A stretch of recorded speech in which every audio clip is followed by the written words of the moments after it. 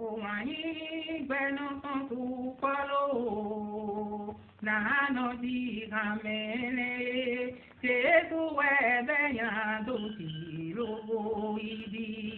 Owanyi gbẹnu kan tó kọ́ló nàánà di kàmẹ́lẹ́ tètú ẹ̀bẹ̀yàn tó ti lówó ìdí. Owanyi gbẹnu kan tó kọ́ló.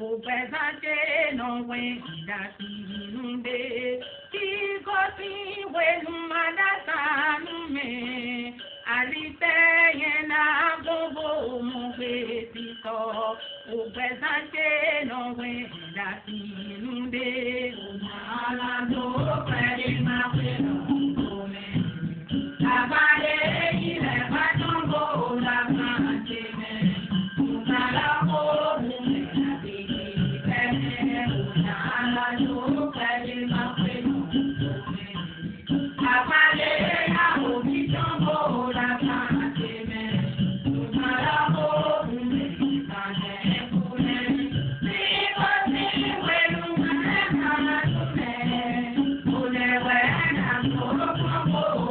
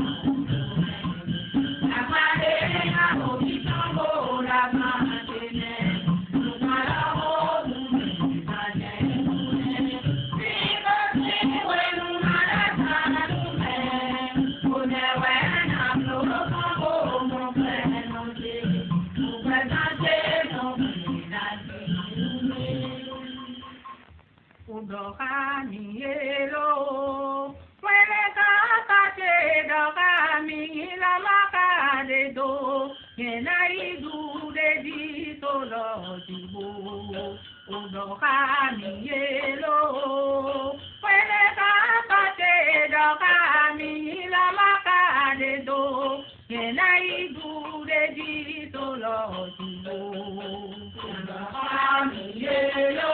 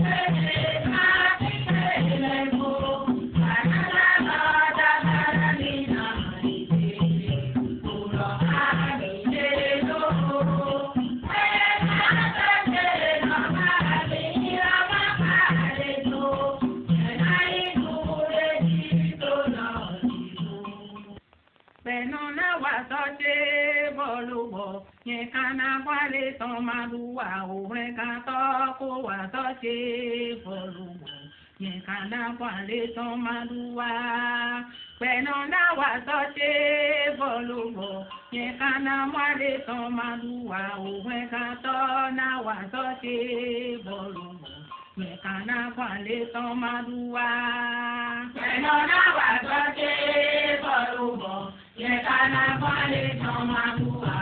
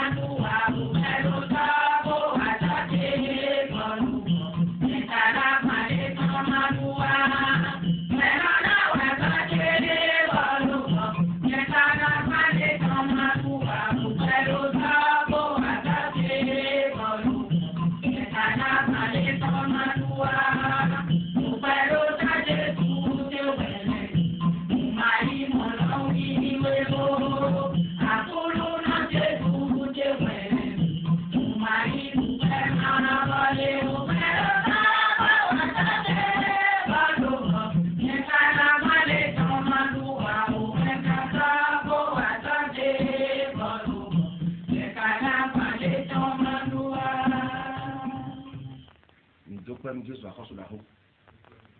Le père de l'Ouvre à nous dans le temps. Mais il tient qu'à de il est. Et Dieu le bon. Mais moi, mon compte, j'ai grand de Ewan Million. Mon oui, rien dans Yossi. Dans le Milo. Jésus croit ou après grand faux. On est à la bas de Mion Timatimé. Mais tout le monde, c'est pour dans mon lot.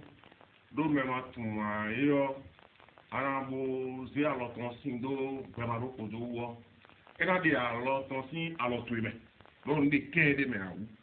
Mais ma barre, breton, mais ben, breton, mais ma joie, breton. Oui, mais non, c'est le râle, qui go pas nous, ma voix. Donc, Jésus n'a pas sur l'offre pour venir à la vallée, ma boîtier. Nous pouvons prendre un calveji. Voilà, boire les temps. Nous pouvons dire Jésus n'a pas breton d'eau. Ça, il faut dire le tout. Aba jina ku ban si na ki bo san da o nu bo ya na ko ino blosti bo a mo nu kun je gbe ma ro ko do bo a gbeto beron gbe bi gba se o gbe en ana bo ko gbe ma ro ko do ya nwa pa igbo ni fo nu ko blosti na nya e we na ni mo wa utu ile apostle le bla no ko do pa gbe odo bo le mi na ko le mi ga yo ni bo adwa keji bo nu gbeto de ebudo mais va votre fille puis nous il y a l'air à cause la qu'on voit il mais depuis this we de bring ato c'est des cas de Dieu Christ